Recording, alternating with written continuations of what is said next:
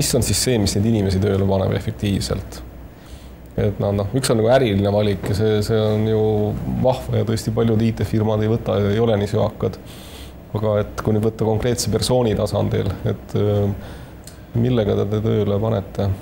Siin on nüüd see sama filosoofia küsimus, et ma olen kasutanud Kivirähu rehepapi näidet, et seda iseloomustada, et kes rehepappi on lugenud, see teab... Mina ei suutnud. Ei suutnud lugeda, okei. Paarkümmend lehekülge lugesin ja see roppus viskas mul üle. Ühesõnaga, seal on kratid, eestlased on sellised rehepapid, kes saadavad oma kratte välja. Ma tean legendi, mis seal taga on, seda storyt ma tean. Aga mõte on nagu selles, et mis raamatut lugesin, ma vaatasin kohe, et kratt on valesti motiveeritud. Ehk siis kratt saadetakse kulda tooma, aga kratt ei ole motiveeritud selle kulla hunniku pealt, mida ta koju toob. Ehk tinglikult. Ja nüüd, kui kratt läheb ja võtab naabri aidast ühe kullakoti ja näeb, et seal kõrval on teine kullakott veel, siis kuna hästi tuua üks kott, siis ta toob selle ühe koti ära ja toob selle teise koti sinna.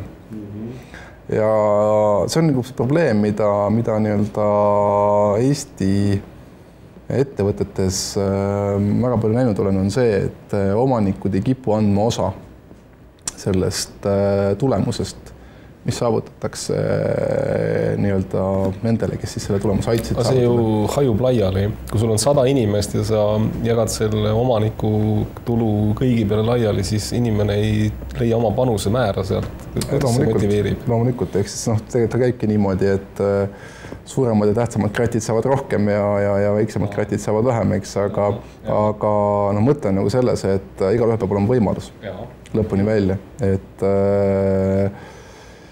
seda motivatsiooni on võimalik tekitada kahte pidi, et sa võid teha seda ilusate sõnadega, ehk siis kuulus näide, et ma aitan inimesi kuule. Tead seda lugu? Nasa lugu, jah.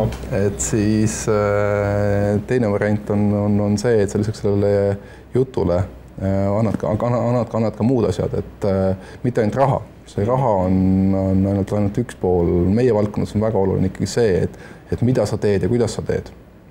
Et kas sa nühid ühte toodet teha 5 aastat, üldse sul ei ole võimalust katsetada uusi tehnoloogiaid, maailmas levinud fancysid asju, vaid sa lihtsalt oledki päevast läbi, joonistad oma kirsikesi või kivikesi ja nii ta on, eks.